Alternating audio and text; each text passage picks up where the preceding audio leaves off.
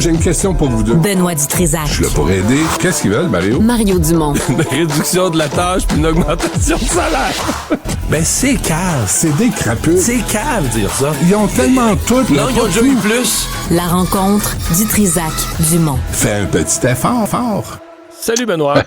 Salut. Si tu me reçois au pain de viande, Mario, je vais comprendre le message. Ça peut être bon du pain de viande, mais oui, je comprends. C'est étonnant pour ce genre de souper-là, j'avoue. Les 35 ans de Polytechnique aujourd'hui. Ouais. J'ai entendu ta question politiser cet événement-là. Je pense qu'il faut politiser cet événement-là. Ça peut, tu sais, on a un devoir de mémoire. Il y a 35 ans, je sais pas si toi tu t'en souviens. Moi, je m'en souviens parfaitement. Vraiment, très, très bien. 14 victimes, toutes des femmes. Des victimes parce qu'elles étaient des femmes, 13 blessés. Marc Lépine, dont le vrai nom, c'est Jamil Jarbi, en passant. On parle de Marc Lépine, mais son nom à la naissance, c'est Jamil Jarbi. Des femmes. Puis je voulais souligner cet événement tragique parce que quand on glorifie des misogynes, des incels, des crinqués religieux, des talibans débiles, on glorifie Marc Lépine. Quand on glorifie des influenceurs masculinistes, on glorifie la culture de la haine envers les femmes comme celle qu'avait Marc Lépine. Il a blâmé toutes les femmes du monde pour son échec à lui. Ouais. Puis il faut faire attention parce qu'il y a un retour à ça présentement. Il y a un retour à ça dans les classes d'école. Il y a un retour à ça parce qu'il y a une culture misogyne, il y a une religion misogyne qui se met en place. On le voit à Saint-Maxime, on l'a vu à Bedford. Les petites filles vont pas jouer au soccer. Hey, ta gueule. Les petites filles ont les mêmes droits que les petits gars, les femmes ont les mêmes droits que les hommes, et ça, va falloir qu'on se tienne debout. S'il y a eu une affaire sur laquelle il faut se tenir debout au Québec, c'est le fait que ce soit pas négociable. L'égalité entre les hommes et les femmes, entre les petites filles et les petits gars. Et le jour où on va être encore à genoux comme des peureux, des mollassons, comme on le fait souvent, ben ça donne l'espace libre à tous ces misogynes, à tous ces malades qui pensent que les femmes sont la raison pour laquelle leur vie est un échec. Tu te souviens, il y a un incel qui a roulé en camion à Toronto sur des femmes parce qu'il n'y avait pas de blonde. Un célibataire involontaire. Incel, c'est ça. Faut parler aussi des familles des victimes. On peut les voir, Jean-François, là, parce qu'on les oublie. Ça, c'est les 14 jeunes femmes qui sont mortes parce que Marc Lépine avait un problème dans la tête. Puis que là, aujourd'hui, on revient à cette culture-là que je n'accepte pas. Mais c'est fou, hein? C'est des jeunes femmes qui auraient aujourd'hui, quoi, là, fin de la cinquantaine, c'est ça, fin de la cinquantaine, qui arriveraient à la fin, probablement, ils arriveraient toutes à la fin d'une brillante carrière en génie, là. Ouais. Et on a tout perdu ça parce qu'il y a un malade qui a pogné une carabine puis il a décidé de les tuer. Ouais. Mais ce que j'ai lu ce matin, ce qui est encore plus troublant, puis je suis obligé de le dire, merci Jean-François, c'est que il y a une femme qui a été poignardée au cœur.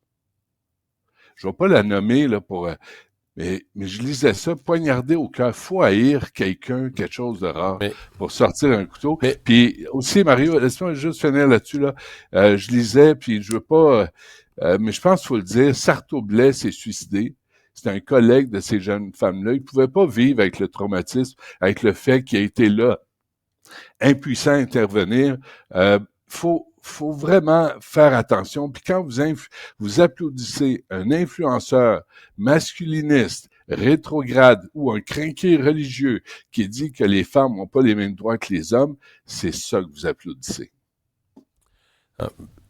Je comprends, tu dis il faut politiser ça parce qu'il y a des enjeux politiques qui viennent avec. Mais moi, quand même, moi, mettons, là, j'ai pas aimé ça qu'hier, le gouvernement comme profite, pardonne-moi le verbe, de cette journée-là ou de la veille pour rajouter sa mise à jour. Qu'est-ce que ça change, Mario? Mais ça change. C'est comme la récupérer. C'est comme le gouvernement qui veut dire, moi, la journée du 6 décembre, je vais... bravo. Moi, au contraire, n'oubliez pas ces jeunes femmes-là. Oubliez-les pas. Puis les participe aux cérémonies, mais si tu as une mise à jour à faire de ta liste, pourquoi tu l'aurais pas fait le 20 novembre? Là? Mario, c'est pourquoi essayer de récupérer politiquement 35 ans plus tard? Non, parce que ça n'aura pas. Écoute, c'est rare, je suis d'accord avec le gouvernement Trudeau. Mais là, De tu vas plus en avoir plus. un impact, tu le sais. Oui, de plus en plus, parce que je viens à un âge mature où je comprends plus les choses. Mais sérieusement, toutes ces armes-là, semi-automatiques, je t'écoutais tantôt, puis moi non plus, je suis jamais allé à la chasse. Mais quand non, mais on s'entend que ça n'a pas sa place. Moi, tu me dis que quelqu'un qui vit à Laval, à Terrebonne, à Vaudreuil, il y a un K-47 dans sa maison, tu te dis, mais rien, non. C'est une arme de gaz. Tu fais que ça n'a pas besoin de ça. Un blender, un Thermomix, je veux dire, un air fryer, mais tu fais qu'un K-47? Non, mais dans une maison de banlieue, tu comprends? Ouais, un blender, c'est en masse comme arme. Ben non, mais... Non, mais puis d'aller à la... Moi, je le sais que les chasseurs maïs quand je dis ça, mais si tu veux que la chasse... Tu sais, ils disent la chasse, c'est un sport. Si tu veux que ça soit un sport, donne une arme à l'animal, voir. Ça va être un sport. Non, moi, j'ai défendu les chasseurs, mais je veux dire, ça, c'est pas des armes de chasseurs.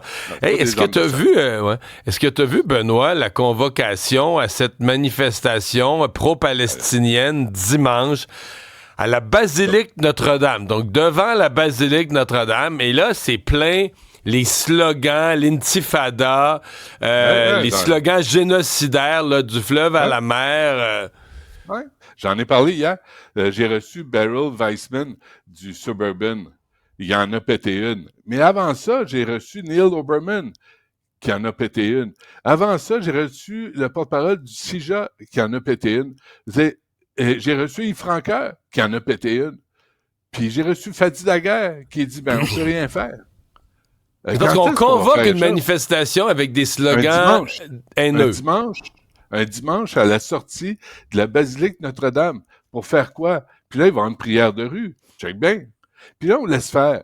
Et c'est juste menaçant. One Solution, là, c'est un slogan nazi. Du Jourdain à la Méditerranée, c'est un slogan génocidaire. Ouais, voilà. C'est pour ça que je l'ai dit tantôt. Ruba Gazal. Québec solidaire, c'est un slogan parce qu'elle, tu vas sur son compte X, elle applaudit tous ces slogans-là. C'est pour ça qu'elle vient pas en entrevue, Ruba Gazal. Vous faites bien, Mme Gazal, de vous cacher. C'est honteux ce que vous faites. Parce que d'appuyer, quel que soit des deux côtés... Mais elle se fait accuser de pas les appuyer, là. T'es conscient de ça? Elle se fait rincer de pas les appuyer, là. Contrairement à Arun Boisy. Non, je comprends. Mais je te dis ce qu'il y en est, là. Hey, Arun Boisy, il est où Arun Boisy? Moi, je veux un papier du médecin. Là, parce... Non, t'es-tu malade? Si t'es pas malade, mets-toi à job, parce que t'es payé pour faire ta job. Puis là, jusqu'en janvier, il nous insulte, il nous crache dessus, puis après, il joue à victime. « Ah, je fais le pas, je suis malade, je reste chez nous. » Non, si t'es pas capable de travailler, démissionne, mon ami. Parce que les gens qui t'ont élu, ils demandent des services. Ils demandent des services. Là, tu peux pas être... je suis en congé jusqu'en janvier, excuse-moi. Moi, comme citoyen, comme contribuable, je veux un papier du médecin. Je veux savoir ce qui t'arrive, puis si ça va pas, je te souhaite le meilleur, mais tu peux plus nous cracher au visage comme ça, là. On a bien fait de se tenir debout. Juste, dernière question pour toi, Mario. Avant la fin de semaine, tu as vu cet article de ce couple qui a sacré le camp, qui était dans l'arrondissement Mercier-Hochelaga-Maisonneuve. Ils ont quitté Montréal.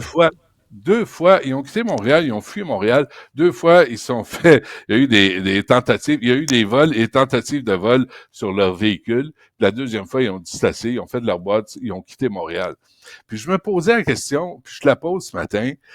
Une fois, on parle des vols de voitures, l'anglicisation, l'itinérance, les groupes violents qui saccagent la ville en toute impunité, les gangs de rue, la saleté, l'insécurité dans les transports en commun.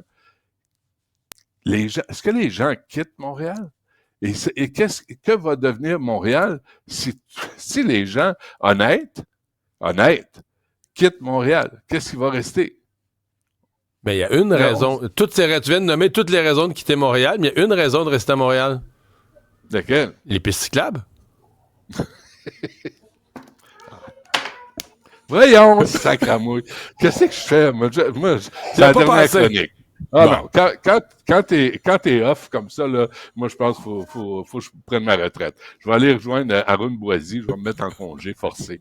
C'est vrai, les pistes cyclables sont là. Ben ouais. Hier, en passant, j'ai eu un auditeur qui m'a envoyé une photo. La neige venait de tomber, je te jure, je vais te l'envoyer, Mario. J'aurais dû la porter, j'aurais dû la diffuser, je vais peut-être le faire à 11h, mais la piste cyclable était nettoyé. Ah, mais j'en ai fait une. Je m'étais fait tellement ramasser ces réseaux sociaux. J'avais fait une photo. Je marchais en quittant TVA, puis il y a une piste cyclable. Moi, je marchais sur le trottoir, là, tu comprends? J'avais pas des vraies bottes, j'avais des souliers de neige, là, tu sais. Puis moi, la neige m'embarquait par-dessus les chevilles, il me mouillait les bas, puis tout ça. La piste cyclable était pareille comme le 15 juillet. Hey, bonne fin de semaine, Benoît.